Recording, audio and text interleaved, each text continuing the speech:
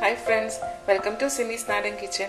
ഇന്ന് ഞാൻ ചെയ്യാൻ പോകുന്നത് അരിപ്പുട്ടാണ്. ഇതിപ്പോൾ എല്ലാവർക്കും അറിയാവുന്ന, പക്ഷെ എന്നാലും ചില ആൾക്കാരൊക്കെ പറയലുണ്ട് കടയിൽ നിന്ന് മേടിക്കുന്ന പുട്ടുപൊടി വെച്ചിട്ട് പുട്ട് ഉണ്ടാക്കുമ്പോഴത്തേക്ക് സോഫ്റ്റ് ആകുന്നില്ല എന്നുള്ളത്, അതൊരു ടേസ്റ്റും ഉണ്ടാവത്തില്ല എന്നൊക്കെ പറയുന്നതൊക്കെ. അപ്പോൾ അത് പുട്ട് എങ്ങനെ സോഫ്റ്റ് ആക്കി ഉണ്ടാക്കുക എന്നുള്ള മെത്തേഡാണ് ഞാനിപ്പോൾ പറഞ്ഞുതരാൻ പോണത്. അപ്പോൾ ഇതെങ്ങനെയാണ് ഉണ്ടാക്കുന്നത് നോക്കാം. എൻ്റെ ചാനൽ ആദ്യമായിട്ടാണ് കാണുന്നതെന്നുണ്ടെങ്കിൽ ഒന്ന് സബ്സ്ക്രൈബ് ചെയ്തേക്കുക. സബ്സ്ക്രൈബ് ചെയ്ത് കഴിയുമ്പോഴത്തേക്ക് ഒരു ബെല്ലൈക്കൺ വരും. ആ ബെല്ലൈക്കണിൽ കൂടെ ക്ലിക്ക് ചെയ്യുകയാണെന്നുണ്ടെങ്കിൽ ഞാൻ അപ്ലോഡ് ചെയ്യുന്ന വീഡിയോ നിങ്ങൾക്ക് അപ്പം തന്നെ കിട്ടും. അപ്പോൾ ആദ്യമേ ഒരു പാത്രം എടുക്കുക. അപ്പോൾ ഞാൻ എടുത്തേക്കുന്നത് ഇപ്പോൾ ഒരു 125 ml ഒരു കപ്പാണ്. അപ്പോൾ ആ കപ്പിലേക്കാണ് ഞാൻ അരിപ്പൊടി ഇട്ട് കൊടുക്കുന്നത്. അപ്പോൾ ഞാൻ എടുത്തേക്കുന്ന ബ്രാഹ്മിൺസിൻ്റെ പുട്ടുപൊടിയാട്ടോ.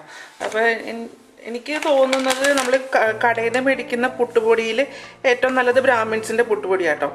ഞാൻ പരസ്യമൊന്നുമല്ല പറയണത്, ഞാൻ എല്ലാ ടൈപ്പും പുട്ടുപൊടിയും ഞാൻ മേടിച്ചിട്ടുണ്ട്.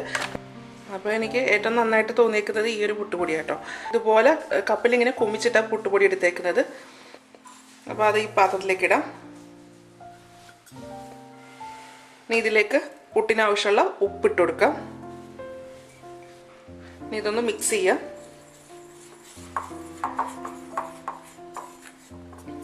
ഇനി ഇതിലേക്ക് വെള്ളം ഒഴിക്കണം. വെള്ളം ഒഴിക്കുമ്പോൾ നമ്മൾ ഏത് പാത്രത്തിലാണോ പൊടിയെടുത്തത് ആ പാത്രത്തിൽ തന്നെ വേണം വെള്ളം അളന്നെടുക്കാനായിട്ട്. അപ്പം നമ്മളിപ്പോൾ ഞാൻ ഈ ഒരു പാത്രത്തിലല്ലേ പൊടിയെടുത്തത്, അപ്പം ഈ പാത്രത്തിൽ തന്നെ വെള്ളം എടുക്കുവാണ്. പിന്നെ 1/2 കപ്പ് വെള്ളം എടുത്തിട്ടുണ്ട്. വെള്ളം എടുക്കുമ്പോൾ ഇതുപോലെ നിറച്ചിട്ടെടുക്കുക. ഇനി ഈ വെള്ളം ഇതിലേക്ക് ഒഴിച്ചു കൊടുക്കുക. ഇങ്ങനെ നമ്മൾ ഇച്ചിരി ഒന്നുമല്ല വെള്ളം ഒഴിക്കേണ്ടത്, അങ്ങ് മൊത്തത്തിൽ അങ്ങോട്ട് ഒഴിച്ചേക്കുക. അപ്പോൾ ഇങ്ങനത്തെ കടയിൽ നിന്ന് മേടിക്കുന്ന പുട്ടുപൊടി ആകുമ്പോൾ നമ്മൾ ഈ ഒരു മെത്തേഡിലാണ് നനയ്ക്കേണ്ടത്. ഇങ്ങനെ അതൊന്ന് നനച്ചു വെച്ചേക്കുക. അപ്പോൾ നമ്മൾ ഈ ചെളിയൊക്കെ കുഴച്ച് വെക്കത്തില്ലേ, അത് കണക്കാണ് ഇത് കുഴച്ച് വെക്കുന്നത്.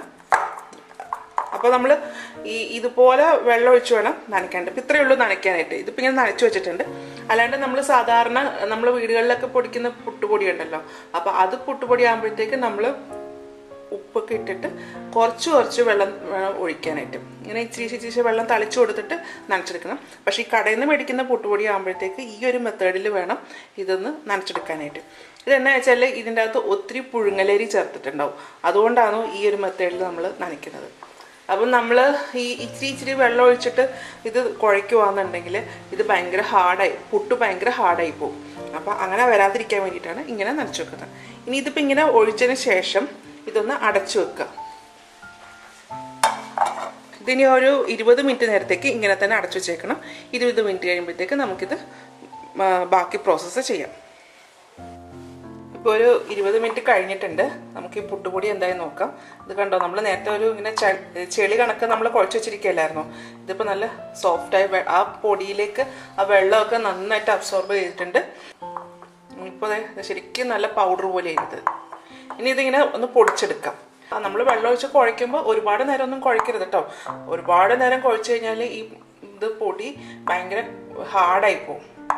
അപ്പോൾ ഇതുപോലെ ആക്കി വെച്ചാൽ മതി. ഇത് കണ്ടപ്പോൾ ഇപ്പം തന്നെ നമുക്ക് ആ പൊടി പിടിക്കുമ്പോൾ തന്നെ അറിയാം ഭയങ്കര സോഫ്റ്റായി പൊടി. ഇനിയിപ്പോൾ നമുക്ക് ഒന്നുകൂടെ നല്ല സോഫ്റ്റ് ആക്കണം എന്നുണ്ടെങ്കിൽ ഈ പൊടീനെ മിക്സിയിൽ ഇട്ടിട്ട് ഒന്ന് അടിച്ചെടുത്താൽ മതി. അപ്പം ഒന്നുകൂടെ നല്ല സോഫ്റ്റായിട്ട് വരും. ഇപ്പം ഞാനത് മിക്സിയിലിട്ട് ആക്കുന്നില്ല. അപ്പം ഞാനിതൊരു ബാച്ചിലേഴ്സിനൊക്കെ ഉദ്ദേശിച്ചിട്ടാണ് ഞാനിപ്പോൾ ഈ പുട്ട് കാണിക്കുന്നത്. അപ്പോൾ അവർക്കൊക്കെ ആകുമ്പോൾ മിക്സിയൊന്നും ഉണ്ടാകത്തൊന്നുമില്ലല്ലോ. അപ്പോൾ അതുകൊണ്ടാണ് ഞാൻ ഈ രീതിയിൽ നമുക്ക് കാണിച്ചു തരാം. മിക്സിയിലിട്ട് അടിക്കുവാണെങ്കിൽ ഒന്നുകൂടെ സോഫ്റ്റ് ആവും അത്. അപ്പോൾ പൊടിയിൽ കട്ടയൊക്കെ നന്നായിട്ട് പോയിട്ടുണ്ട്. നന്നായിട്ട് ഈ പുട്ടിൻ്റെ പൊടി ഒന്ന് പൊടിച്ചെടുത്തിട്ടുണ്ട്. ഇപ്പോൾ നോക്കി നല്ല പൗഡർ പോലെ ആയിട്ടുണ്ട്. ഇനി ഇതിലേക്ക് വേണ്ടത് തേങ്ങയാണ്. അപ്പോൾ പുട്ടിന് തേങ്ങ എടുക്കുമ്പോൾ ഫ്രഷ് തേങ്ങ എടുക്കുക കേട്ടോ. പഴയ തേങ്ങയാണെന്നുണ്ടെങ്കിൽ ആ പഴയ തേങ്ങ വെച്ചിട്ട് പുട്ടുണ്ടാക്കുമ്പോഴത്തേക്ക് അതിനൊരു ചുമപ്പ് കളർ വരും. തേങ്ങയ്ക്ക് ഒരു ചുമപ്പ് കളർ വരും. അപ്പോൾ എപ്പോഴും പുട്ടുണ്ടാക്കുമ്പോൾ നല്ല ഫ്രഷ് തേങ്ങ എടുത്തുണ്ടാക്കുക. പിന്നെ അതുപോലെ തന്നെ ഈ നമ്മൾ പുട്ട് നനയ്ക്കുമ്പോഴേ അതിൻ്റെ അകത്ത് ആ തേങ്ങ നമ്മൾ ഫ്രഷ് തേങ്ങ എടുക്കുമ്പോൾ എന്തായാലും പൊട്ടിക്കുമല്ലോ. പൊട്ടിക്കുമ്പോൾ തേങ്ങാവെള്ളം കിട്ടുകയാണെന്നുണ്ടെങ്കിൽ ആ തേങ്ങാവെള്ളം ഒഴിക്കുകയാണെന്നുണ്ടെങ്കിൽ പുട്ട് ഭയങ്കര ടേസ്റ്റാട്ടോ. തേങ്ങാവെള്ളം വെച്ചിട്ടാണ് നമ്മൾ പുട്ട് കുഴയ്ക്കുന്നതെങ്കിൽ ഭയങ്കര ടേസ്റ്റാണ്.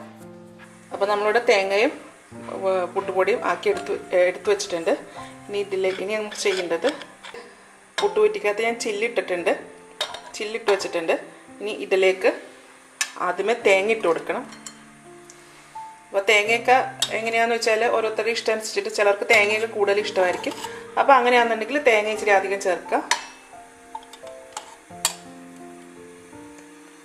തേങ്ങ ഇട്ടിട്ടുണ്ട്. തേങ്ങ ഇട്ട ശേഷം ഇതിൻ്റെ അകത്തേക്ക് പുട്ടുപൊടി ഇട്ട് കൊടുക്കാം.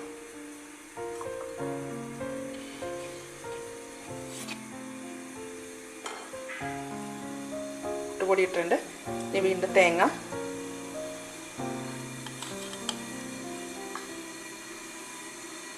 വീണ്ടും തേങ്ങ,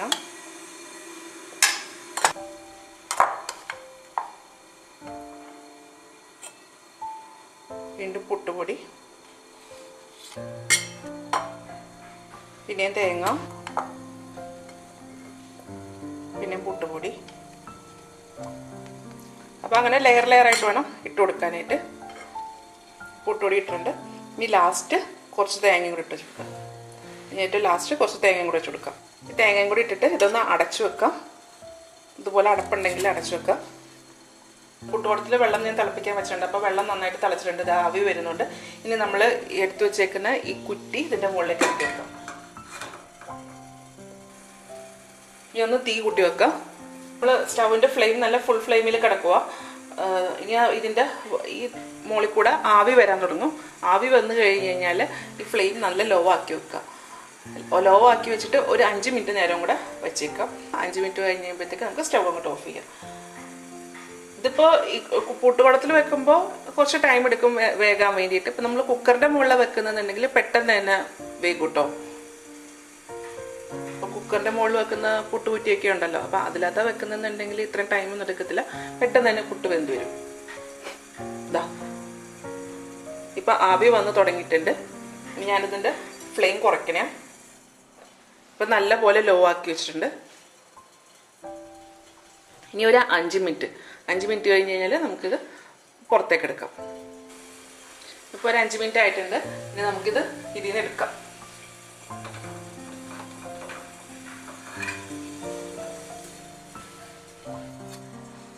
ഇനി ഇത് ഇതിൽ കൂടെ പുറകിൽ കൂടെ തള്ളയത്.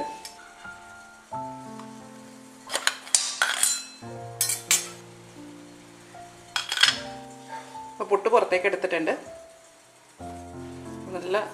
നല്ല പഞ്ഞി പോലത്തെ പുട്ടാണ്.